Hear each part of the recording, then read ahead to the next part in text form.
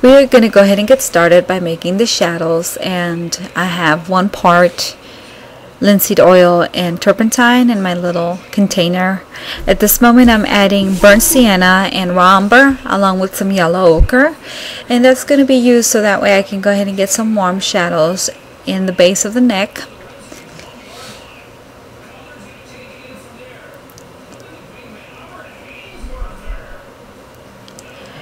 One of the best ways to tell where the shadows are is if you squint your eyes.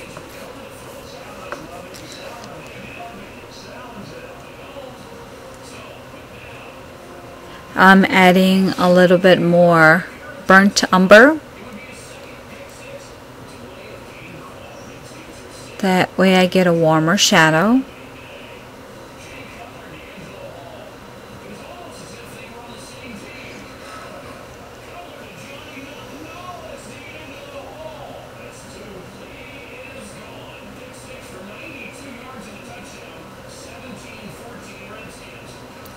Of course, adding more yellow ochre and burnt sienna, more yellow ochre,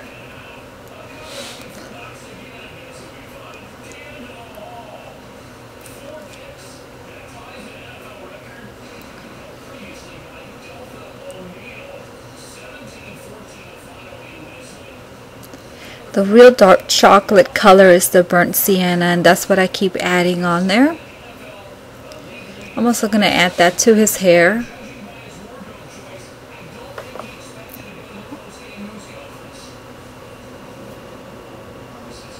I always try to add the shadows and the dark colors first before applying my light colors.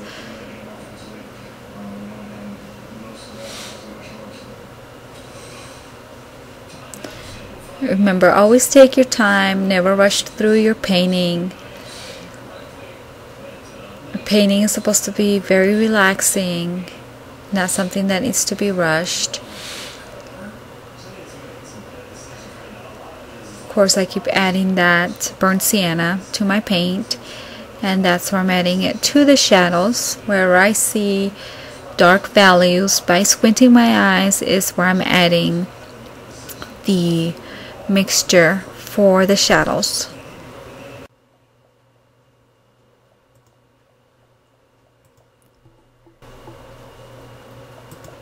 And anywhere where I'm seeing the shadows by squinting my eyes, I'm applying the mixture that I've created. Remember, I have thinned out my dark colors. It's always best if you thin out your dark colors with the turpentine mixture and the linseed oil. I will also be adding some phthalo green to my mixture to make it warmer. Some people consider green warm or cool. Well, that actually all depends if you've added some warm colors to it, and since I had warm shadows with it, it's going to turn that green into a warm color. Because the blanket's reflecting shadow upon my nephew, it is going to have some green shadow on him, because the blanket is a seafoam green.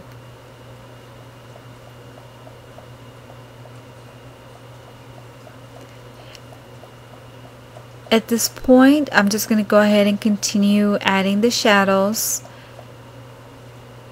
and adding a little bit more phthalo green if I see the need to.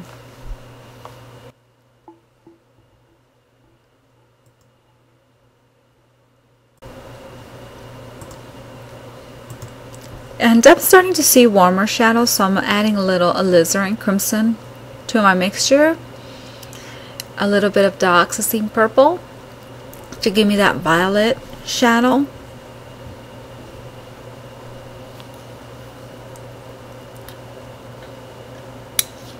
One thing to remember, to always add dark, warm red shadows to the nostrils and around the ears.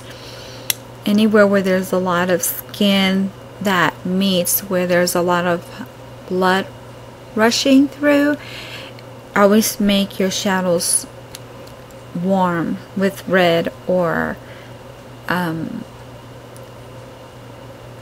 any dioxazine purple with the or French ultramarine blue with alizarin crimson, or cadmium yellow, cadmium red. One mistake a lot of people always do is add cool shadows to the nose when actually there's a lot of blood flowing through the nose, and that actually needs to be warm red. Same thing with the eyes and the ears, and anywhere, of course, where there's some sort of crease.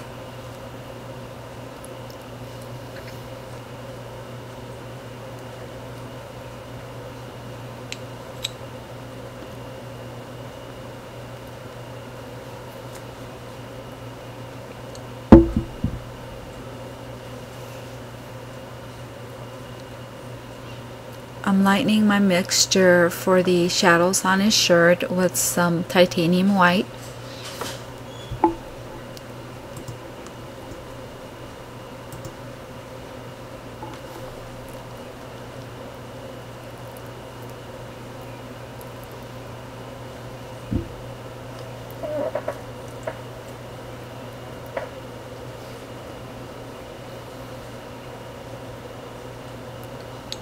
You can always see colors best when you squint your eyes. Whether they're warm or cool, squint your eyes and you'll be able to see those colors. Always go by your first impression and don't stare too long.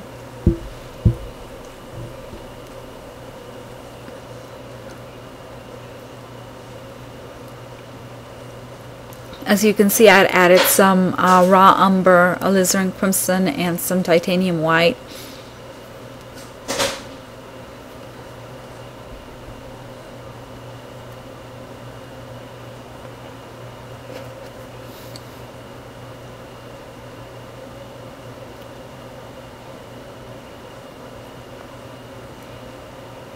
Trying to create some halftones on his shirt.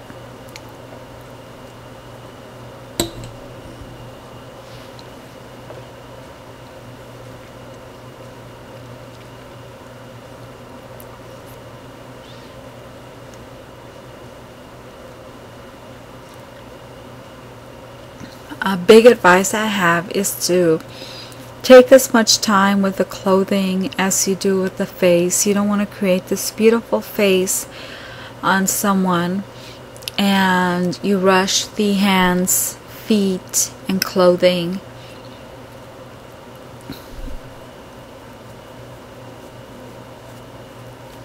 Of course, if you don't want something to be a focus, then I would not create a lot of detail.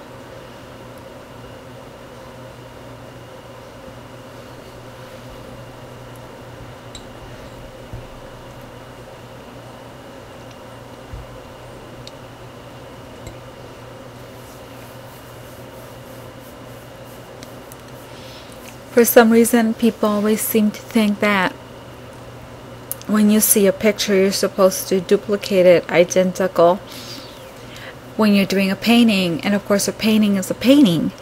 If you wanted to duplicate the thing exactly as it is, whatever it is we're painting, then there's no need for a painting. We would just have a picture. Here you see me with some raw sienna, a little bit of titanium white with a little bit burnt sienna to create that mid-tone on my nephew.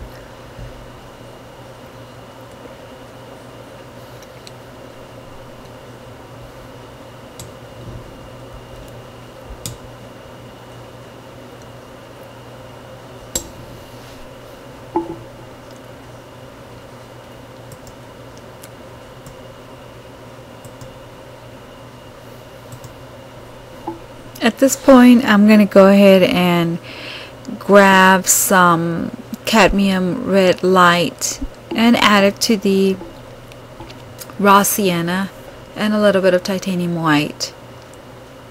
I'm going to create a mixture with cat red light, alizarin crimson, yellow ochre, cadmium yellow pale to give me a warm color bouncing off on his shirt.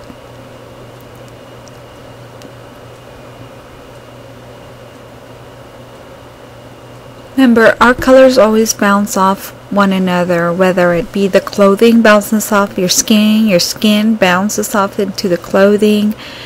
So make sure that you pay attention to the colors.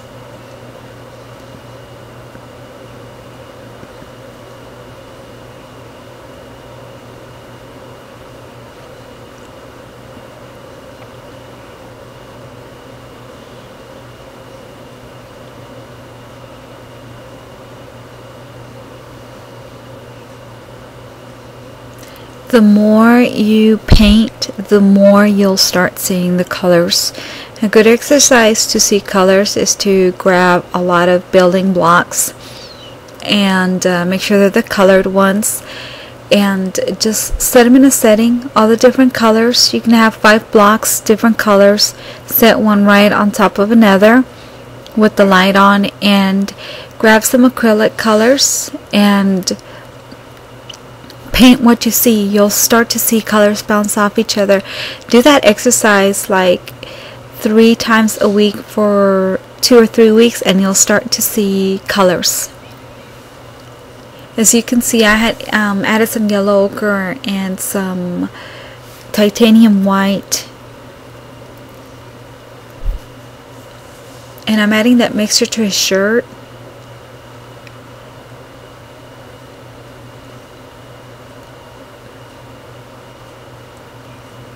More titanium white to give me a lighter value.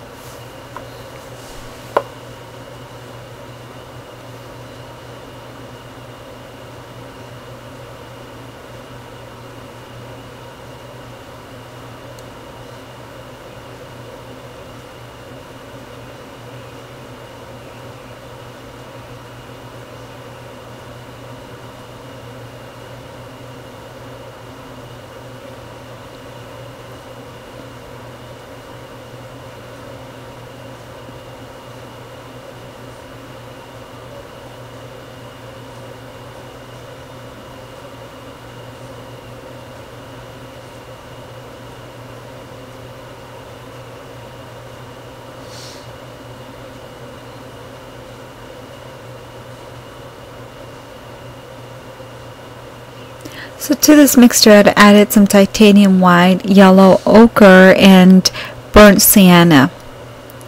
Very, very little burnt sienna to this color, which is what kind of made it a little bit orangey.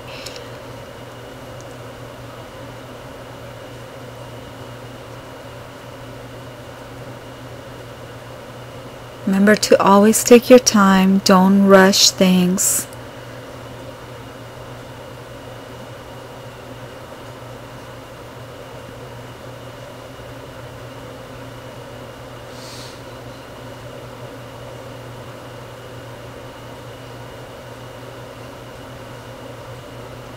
And if you don't hear me call out the paint, I had listed the paints for you earlier, but I will do my best to give you every mixture I've created.